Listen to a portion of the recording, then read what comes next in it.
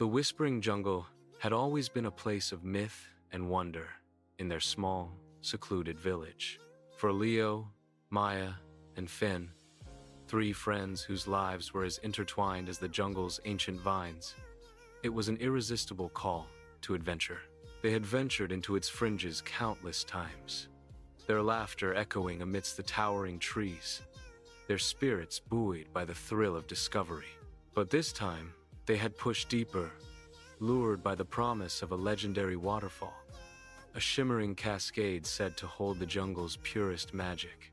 As the sun, a fiery orb, began its slow descent behind the dense canopy, painting the sky in hues of bruised purple and fiery orange, their laughter faltered.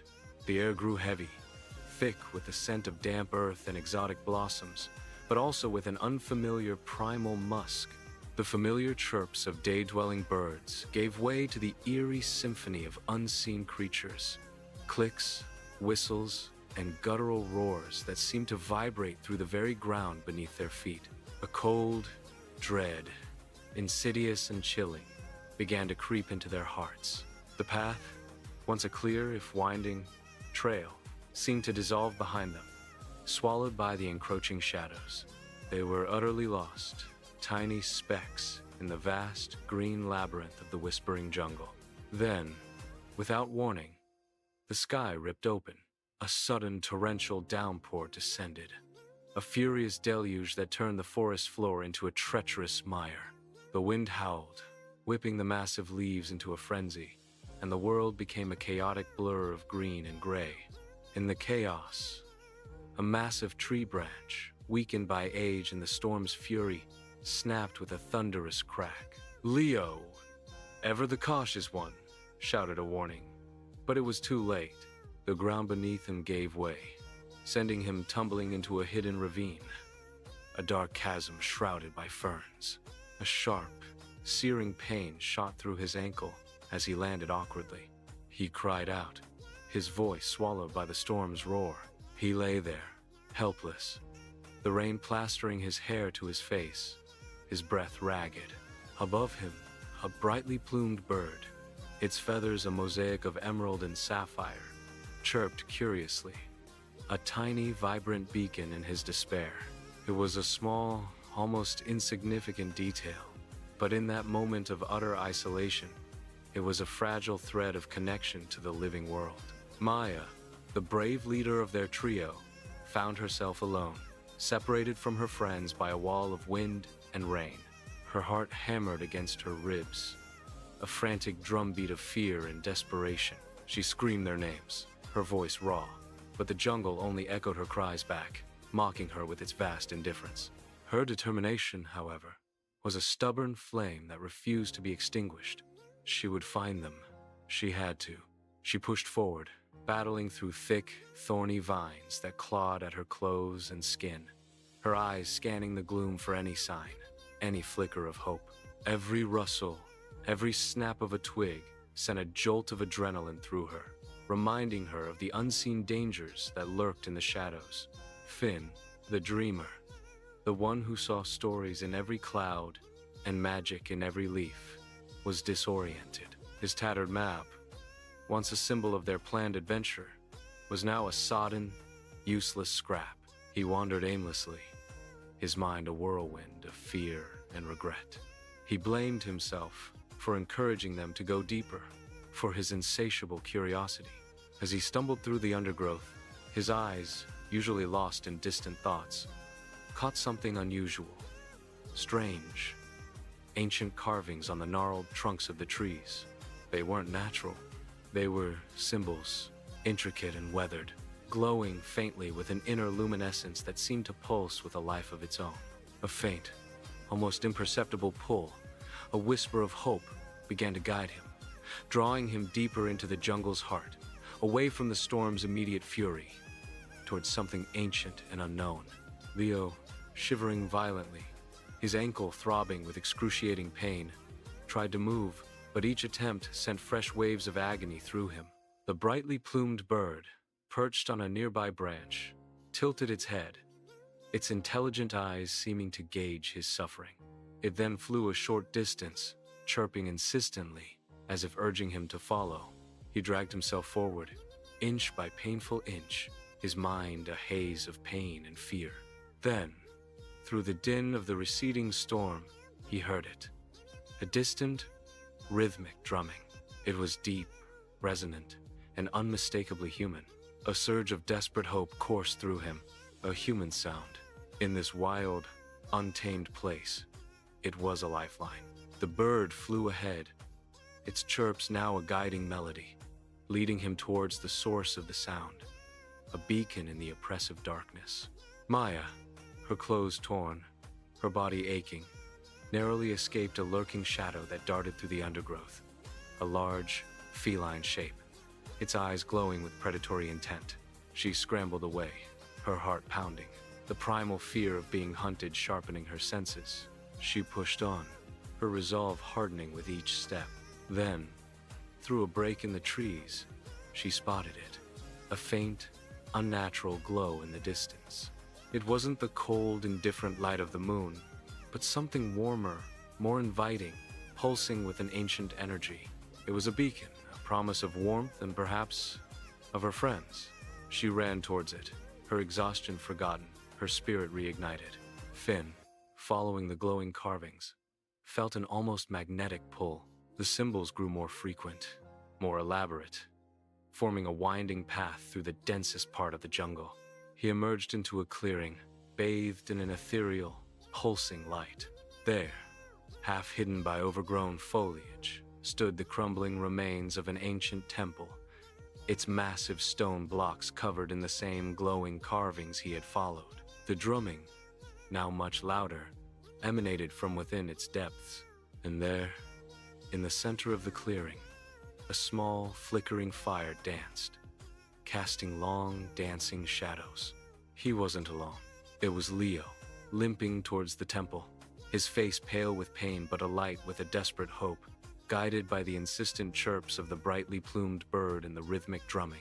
He collapsed near the fire, his breath coming in ragged gasps, but his eyes were fixed on Finn, a silent plea for reassurance. Moments later, Maya burst through the foliage, her eyes wide with relief as she saw Finn and Leo. Her fear, her exhaustion, her loneliness, all melted away in that instant. Their reunion was a chaotic mix of tears and relieved laughter. Amidst the ancient, silent stones of the temple, they embraced, a tight, desperate hug that spoke volumes of their shared ordeal. The ruins, once a symbol of their despair, now became their sanctuary, a fragile haven in the heart of the unforgiving jungle. As the first rays of dawn pierced the canopy, illuminating the temple, its intricate carvings with a soft, golden light, they noticed something else. The carvings, now fully visible, depicted not just symbols but a story of three figures, a cautious one, a brave one, and a dreamer, destined to unite. And beneath the main altar, a hidden path, previously obscured by shadows, now glowed faintly, beckoning them forward. They knew, with an unspoken certainty, that their bond, forged in the jungle's heart, was not just unbreakable, but held a deeper purpose, a shared destiny waiting to be unveiled. This journey was far from over. It had only just begun. Their initial relief at being reunited quickly gave way to a new kind of awe and a burgeoning sense of unease. The temple was not merely a collection of crumbling stones. It was alive. The rhythmic drumming, they now realized, was the temple's pulse, a deep, resonant thrum that vibrated through the very ground. The faint glow emanated from the intricate patterns etched into every stone, patterns that seemed to shift and swirl with an inner light.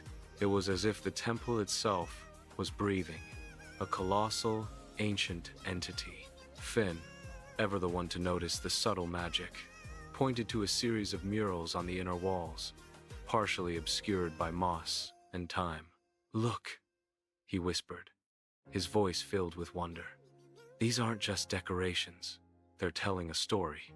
Leo, despite his throbbing ankle, hobbled closer, his cautious nature overriding his pain. He traced a finger over the cold stone.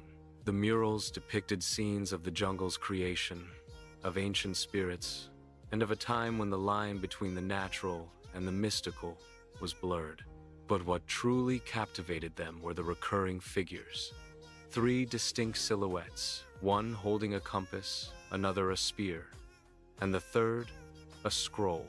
"It's us," Maya breathed, her eyes wide with a mixture of fear and excitement. The cautious, the brave, and the dreamer. The prophecy, etched in stone, spoke of a time when the jungle's heart would falter, and only the combined spirits of these 3, guided by the ancient echoes, could restore its balance. Their being lost was no accident. It was a calling. Their first challenge came swiftly. As the sun climbed higher, casting dappled light through the temple's broken roof, a section of the floor near the main altar began to sink, revealing a dark, gaping chasm. From its depths, a low, guttural growl echoed, sending shivers down their spines. "A guardian," Leo murmured, his hand instinctively reaching for a loose stone, his caution now translating into a readiness for defense. Maya, without hesitation, stepped forward, her spear-like branch held aloft.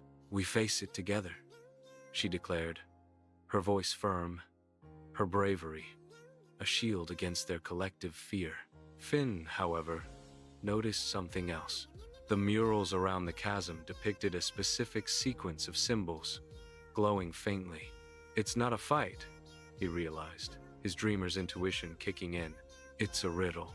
We have to activate the symbols in the right order." They worked together, their individual strengths weaving into a cohesive whole.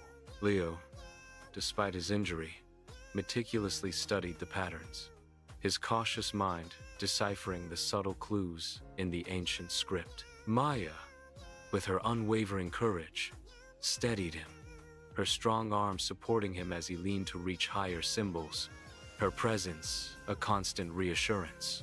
Finn, his mind attuned to the mystical, interpreted the abstract meanings behind the symbols, guiding their hands to the correct sequence.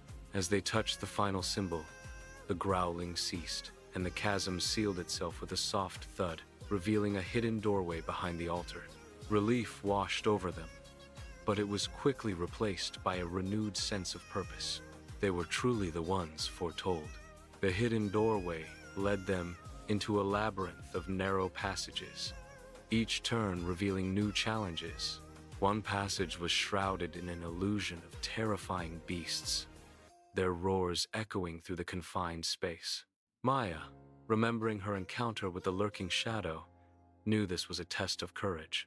She led the way, her eyes fixed forward, her mind refusing to acknowledge the phantoms. "They're not real," she shouted, her voice cutting through the illusory terror, her bravery inspiring Leo and Finn to follow closely behind her, their hands linked, drawing strength from her resolve. Another passage was a series of precarious stepping stones over a bottomless pit, each stone glowing with a different intensity. Leo, his cautious nature, now a finely honed skill, tested each stone with his good foot, his eyes calculating the safest path, his movements slow and deliberate. He guided them across, his steady voice a calming presence amidst the dizzying height. Finn, in a chamber filled with ancient musical instruments, found himself drawn to a set of crystal chimes. The murals here depicted a melody, a song of the jungle's heart. He played the tune, his dreamer's soul connecting with the ancient music, filling the chamber with a harmonious resonance that unlocked the next path. Their journey through the temple was a testament to their growing unity. They faced trials of logic, courage, and intuition, each one designed to test their individual strengths and, more importantly, their ability to work as one. The brightly plumed bird, Leo, silent companion, often flew ahead, its chirps sometimes indicating a hidden lever or a safe passage, as if it too were a part of the temple's ancient magic, a spirit guide sent to aid them. They learned that the drumming was the temple's way of communicating, a rhythmic language that Finn, with his intuitive nature, slowly began to understand. It spoke of the jungle's pain, of a growing imbalance, and of a powerful artifact, the Heartstone of Aethelgard, that needed to be reawakened to restore harmony. Finally, they reached the temple's deepest chamber, a vast, circular space bathed in a soft, pulsating light. In the center, on a pedestal of pure, luminous crystal, lay a single, dull, gray stone. This was the Heartstone. The murals here depicted the final ritual, the three chosen ones, each offering a part of themselves to reawaken the stone.